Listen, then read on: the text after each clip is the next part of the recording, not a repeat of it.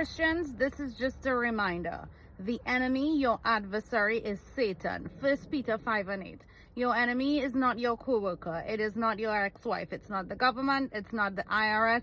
The enemy is the devil, Satan, Lucifer, the fallen cherub. He is your enemy.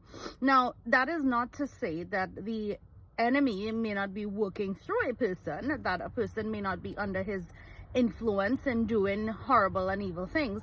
But it is important to realize who the true enemy is, because this tells you exactly what your rights are and how you can pray against the situation. I'll give you an example. Let's say that you're having a dispute with your neighbor. They're infringing on your land. Things have turned very ugly. It is important to remember that as a Christian, we ought to love our enemies. Now, that doesn't mean that we have to let them walk all over us, but it is important to remember that what you may be facing is the enemy at work in them. So when you pray, you bind the enemy at work in them. You don't bind them.